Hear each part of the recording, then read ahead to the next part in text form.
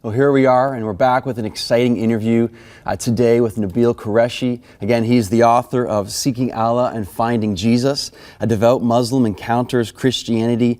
And I am really eager for Nabeel, for you to have your story share with our viewers today. And by the way, welcome. Thanks for being here today. Thank you so much, Robbie. It's a privilege. Yeah, I'm so glad. And I have gotten to know you a little bit over the past couple of weeks as I've researched your story, read, and really like your entire book here. And delighted for our people to, again, hear and then be so encouraged with what has happened in your life for the sake of Jesus Christ and the gospel. Maybe we start with, tell the viewers a little bit about your background. You grew up in a devout Muslim and very loving American home. Tell us about that. Yeah, well, my parents are from Pakistan. I was born and raised in the States. And being that they're from Pakistan, it was their desire to raise a devout Muslim child here in the States. So growing up, I learned how to pray the 5 daily prayers, prayed them regularly.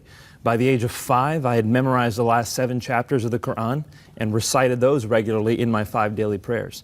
And I actually finished the entire Quran recitation in Arabic by the age of 5. So it was a very devout Muslim life. But my parents also came with some presuppositions about the West. They see the immorality, they see the way people commit adultery, and they see things on TV and the immodest dress, and they impute all of that to Christianity because they see the West as a Christian area.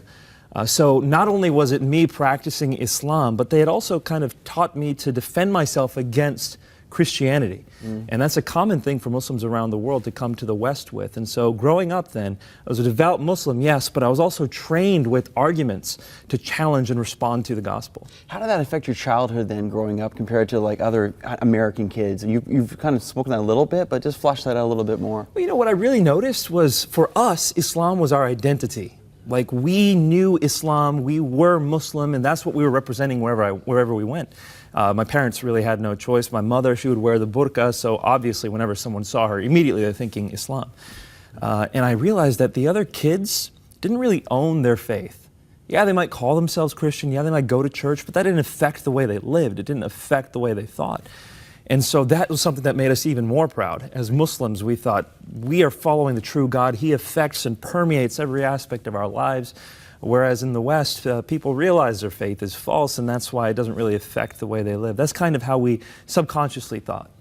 So then for your whole childhood, this is how you were brought up, this is your thinking, these were your convictions. Again, this was your identity, which really stuck with me as well. But there was one particular friendship that you developed, and maybe you can tell us what age that was and how that over time started to introduce you to Christianity. Absolutely. It was something I did regularly was I would challenge people on the gospel. Friends would say to me, Nabeel, do you know Jesus? And of course, Muslims have a very developed view of Jesus. They believe he's the Messiah. They believe that he's a miracle-working man. He's sinless. Muslims believe Jesus is going to come back at the end of times. And so I would have a script ready to give, and I would challenge people on their view of Jesus. And by the way, how did Christians generally do when you did challenge them on their faith? Miserably. What I realized very early on was that even the slightest challenge on the Bible, on the reliability or the compilation of the Bible, or on Jesus' deity, or on the Trinity especially, no one really knew more than just enough to say what they were told to say. They didn't really know why they believed what they believed, didn't know how to defend it. And so as part of me honoring Islam, I would challenge Christians. Because you see, Muslims see the Trinity as polytheism, and that's offensive to Muslims. And so in so challenging one specific Christian for the first time, and this is when I was a freshman in college, for the first time someone was able to actually respond to my challenge. And I realized this guy not only knows some information about his faith, but he actually cares about his faith.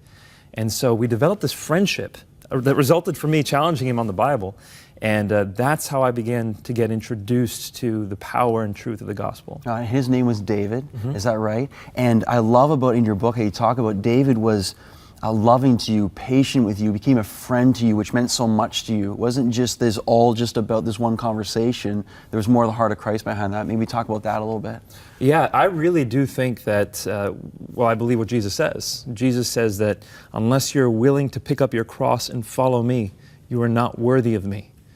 So the gospel is not just, hey, do you want to be saved? Hey, do you want to live a better life? It's, are you ready to die for the sake of this message? And that's something that requires someone to lay down their life. Now, if I'm telling someone, hey, lay down your life, but they don't know they can trust me, why would they ever listen to me?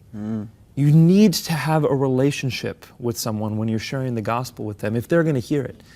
Now, of course, I'm not saying that street preaching doesn't work. I've preached on the side of the street too, and that does work at times. But by far and away, the most powerful way to share the gospel is through relationships. Right. So through this friendship and relationship with this man, David, you were driven to a point of really just a decision between Islam and Christianity. Tell us about how that happened and what happened. For a Muslim raised in the West, devout Muslims, a lot of it has to do with apologetics and with truth. What is the truth? Islam very clearly denies some things about Jesus. Yes, Jesus is miracle working, He's the Messiah, but it denies that He ever died on the cross. It denies that He ever claimed to be God. And if He never died on the cross, how did He rise from the dead? So Islam denies the death, deity, and resurrection of Jesus. Well, according to Paul, what do you need to believe in order to be saved? If you confess with your mouth that Jesus is Lord, so the deity, and believe in your heart that God raised Him from the dead, you will be saved. The very three things Islam denies, you have to believe in order to be saved.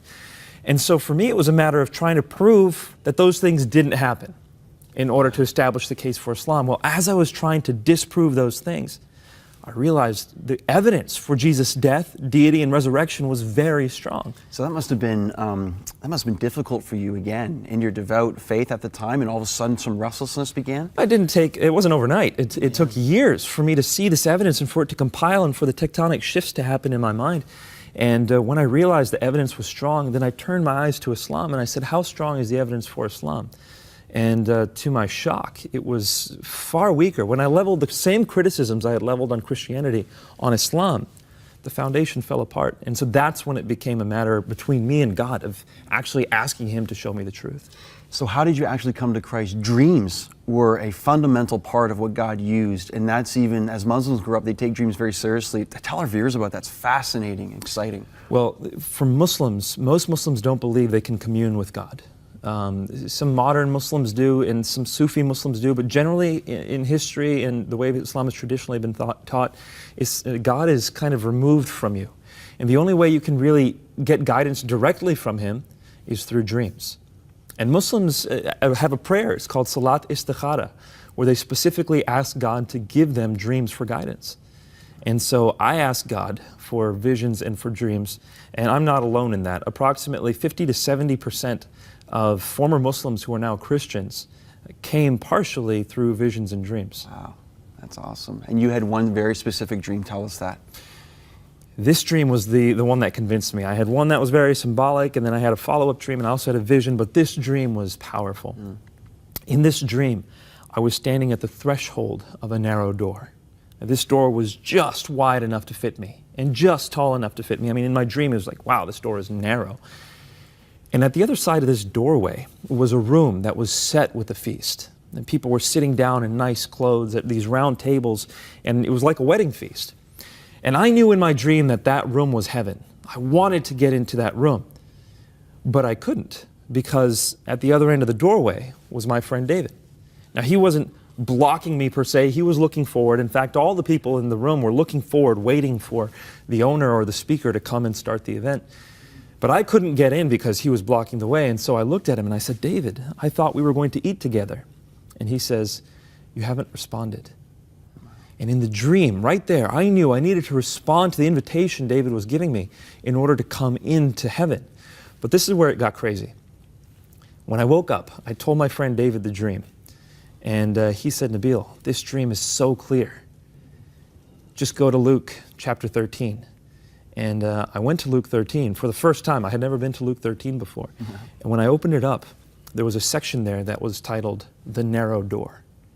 And when I saw it, my heart just stopped. I bet it did, yeah. And I'm going to paraphrase it. Basically what it says is Jesus was going through the towns and villages preaching the good news. And the disciples said, Lord, are many going to be saved? And He said, make every effort to enter through that narrow door, because many will try and few will be able. And you will see people sitting inside at the feast of the kingdom of heaven. Make every effort to enter before the owner comes and closes that door. And so I knew that God had given me a dream straight out of the Bible. And He placed me inside a parable, showed me exactly where I was. And He left my decision up to me. It was very clear for me at that point what I needed to do. So then what did happen from that point? Because again, your story is amazing in the sense that it wasn't just necessarily that day, but it took a while for you to actually give your life to Christ. You know, Robbie, in order for a Muslim to become a Christian, they have to be willing to give up a lot. Depending on how devout their family is, their identity is usually wound up in Islam. So it wasn't just me saying, I'm going to change my beliefs. That's right. It's me saying, I'm going to leave my family and everything they've stood for, all the way back to Muhammad's time. I mean, my last name's Qurayshi. If Muhammad had a last name, it would have been Qurayshi. He was part of the Quraysh tribe. And so I had to give up everything. My mother was the daughter of a Muslim missionary, so I had to give up all that. I'm the eldest son in my family. I'm the one who's supposed to bring honor to the family. If I become Christian, that's the worst thing I could possibly do. And so I have to think, not only am I giving up my family, I'm consigning my family's reputation to the flames, basically. And so it was something that I needed a lot of time to wrestle through and to pray through. And I asked God to comfort me through it. And it was when I read His Word that I received the promises of God, Mark 10:29. Yes. And also the encouragement from God to go ahead and make. And you went through a whole time of mourning in this too. And I remember you came to Matthew chapter 5 in the Beatitudes, and blessed are those who mourn, for they shall be comforted. It's beautiful. And so that was one of the turning points as well, I can't tell you how beautiful that message was. You know, in the Quran, there's nothing that says I'm giving you comfort if you're hurting. The Quran says, do this, do that, do this, do that. But there in the Bible, blessed are those who mourn, for they shall be comforted. Wow. It was like my heart was just electrified into life when I read that, and my life has never been the same. Wow, I love that. And even now today, you are now serving with Rev. Zechariah's International Ministries, and now you're an apologist, speaking about the gospel and defending the Christian faith to those who oppose it. Tell us a little bit about that, maybe if you want to. Well, for me, it's a matter of sharing the truth and beauty and transformative power of the gospel. I mean, this message changes everything. If God came into this world to take our sins, that means He loves us. He loves us even though we sin against Him. And then He takes a look at us. While He's on the cross, bleeding and dying for us, the words we should remember are, as I have loved you, so love one another. That's the call we're given as Christians. He's given us everything we need in this life and this afterlife, so all we have to do is follow Him and pour ourselves out for the sake of those around us. And that transformative life is the message of the gospel. There's nothing like it. Amen. That is so encouraging to me, and I know for our viewers here right now. And I just love when the Lord had you in a place where you were defending the Muslim faith against Christians who could not. Now God has transformed you, and now you are defending the gospel for those, again, who need to find the answers. And it's a privilege to do so. Nabeel Qureshi, again, with us right now. I'm so excited. Again, the author of Seeking Allah, Finding Jesus, and his encounter with the Christian gospel. This book is available on our e-store, and I hope you've been encouraged as I have been as well, and desiring to learn more and be encouraged. Nabeel, again, thank you so much for being with us today. So much, Robbie. What a blessing. My pleasure.